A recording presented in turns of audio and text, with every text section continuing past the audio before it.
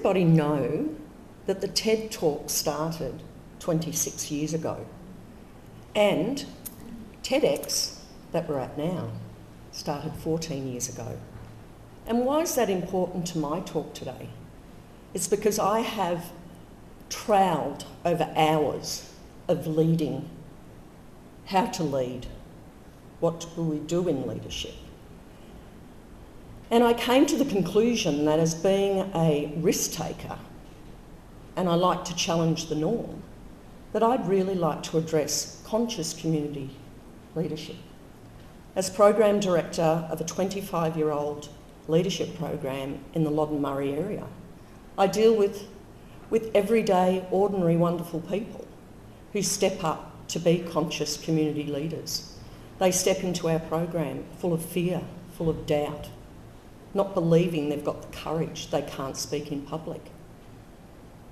But what I say about conscious community leadership is that it's about empathy. It's about revealing your vulnerability. It's about trust. And it's really about a lot of lovely womanly aspects that I want to bring back to the table of leadership. I'll talk a little bit about my own journey and how I got here. I grew up on a sprawling property, like a lot of leaders in north central Victoria. My parents had actually hoped that I'd be born a boy named Roger. They already had the name, but I popped out as a Judith Ann.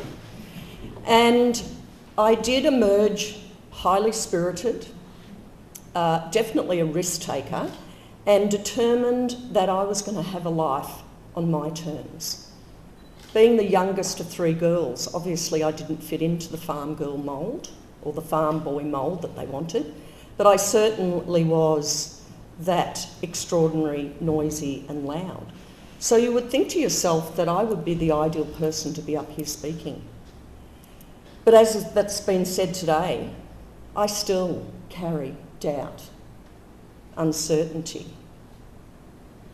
And that's why I've got the best job in the world, raising others up in a community leadership program. I remember at school, I was in prep, we were taught John and Betty for those in my vintage. And I remember John and Betty days frightened me.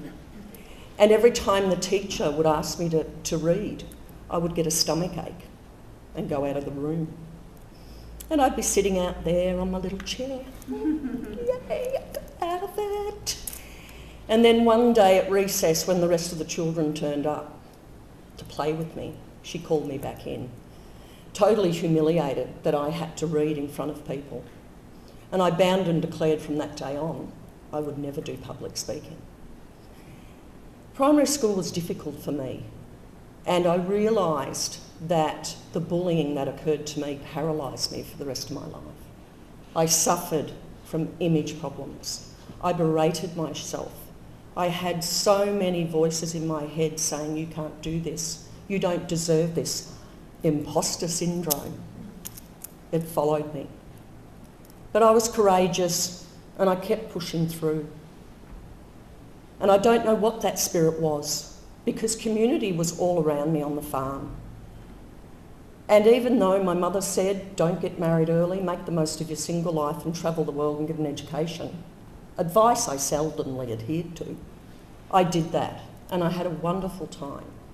But I risked a lot. And when, at the age of 50, I'd been working in a large corporate, travelling the world, working on major developments, I realised that I didn't have a sense of family or a sense of community, and I longed for it. So the calling to come back to my roots here in Australia was paramount. And when I arrived back, it was an open door. I didn't know what I was going to do or who I was going to be. And again, those fears engulfed me until one of my very dear mother's friends stepped in, who was a counsellor for 16 years. And she said, why don't you do the community leadership program? And I just went, oh gosh, here we go, community leadership. So I jumped into that year and I found a sense of family. I found other people that felt insecure, that had the demons in their minds saying they can't do this. And I arrived at the point of time where I was asked to then become the program director. And that was 5 years ago. And in all honesty, I can say it's the best job I've ever had in my life, is to raise others up. So my mission to take these people through a program of 5 3-day immersive retreats is to make peace with their inner dialogue. To really feel that it's okay not to be okay. To challenge the norms. To lead with vulnerability. To be those wonderful humans of leadership that we so want today. I'm certainly not perfect and never will be, but my imperfections embrace you all that have doubt.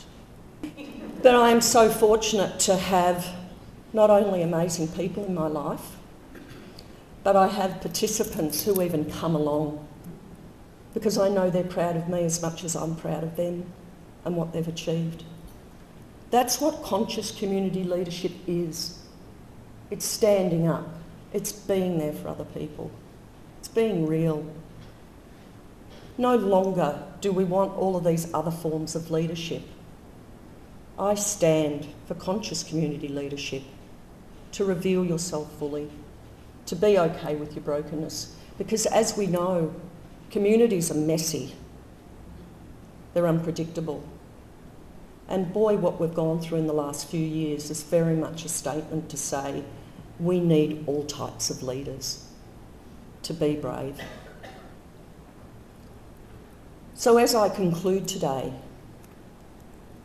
I want you to be able to step up and say, you're amazing. Suspend your biases.